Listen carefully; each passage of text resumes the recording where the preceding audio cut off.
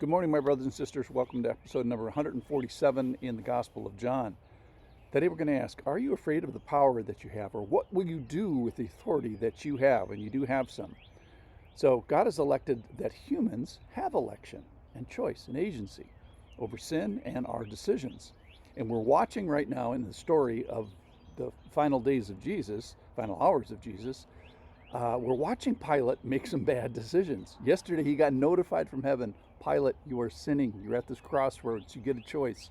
And he doesn't do well with the choice. But join us today as watch him wrestle. He's going to be terrified with the authority that he has, which is not a bad response, actually, because he's encountering Jesus personally. This is going to be from John chapter 19. I'm going to start in verse number 7. The Jews are saying he ought to die because he's made himself the Son of God. When Pilate heard the statement, he was even more afraid. I just love that. Pilate was even more afraid. He's in a life and death decision for Jesus. That's obvious. But really, Pilate is in a life and death decision for himself as well.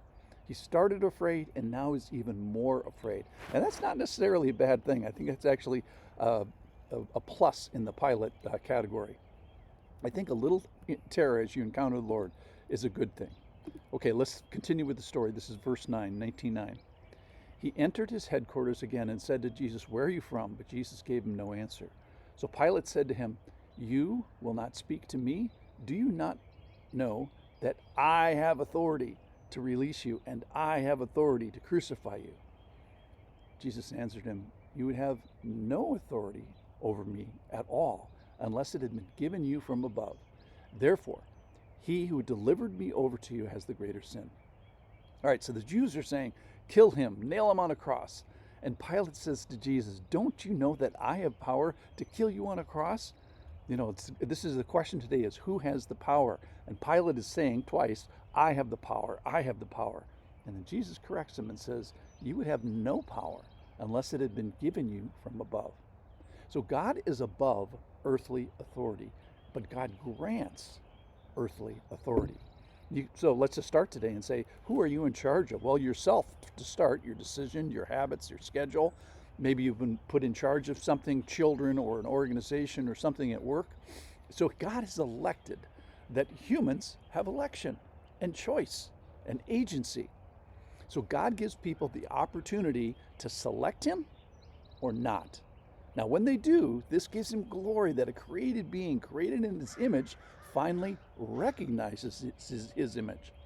And when they don't, this gives him glory for creating humans with a choice, even if it is not for him. So it's not cruel to form creatures that have the capacity for love and hate. What if God were to make those of no such capabilities? Now, and those would have capacity only for conformity.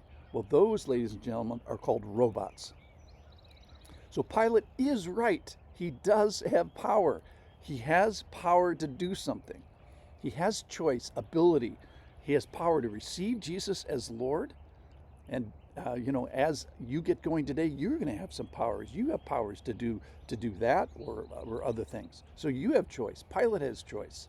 So this is a power that God has given at least for today.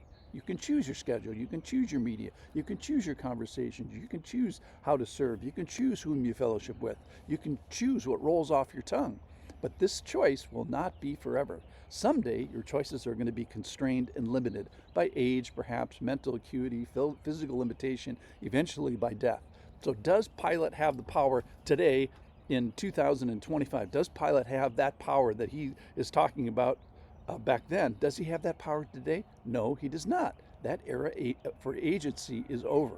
And also, someday the Lord will change the amount of liberty that he gives to receive him or reject him for everybody.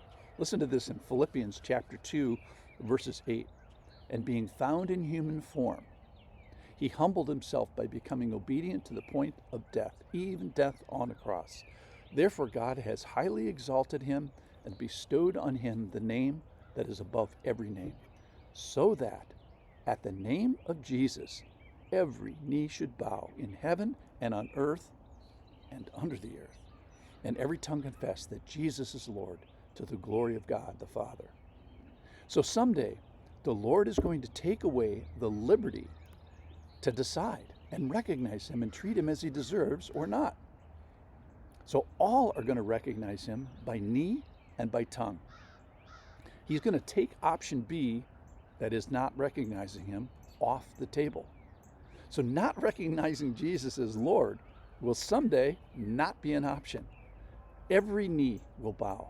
Not every knee should bow. The Greek is actually stronger than our English translation. Not might bow, not possibly bow, not perhaps will bow, but definitively will bow. Every knee bow.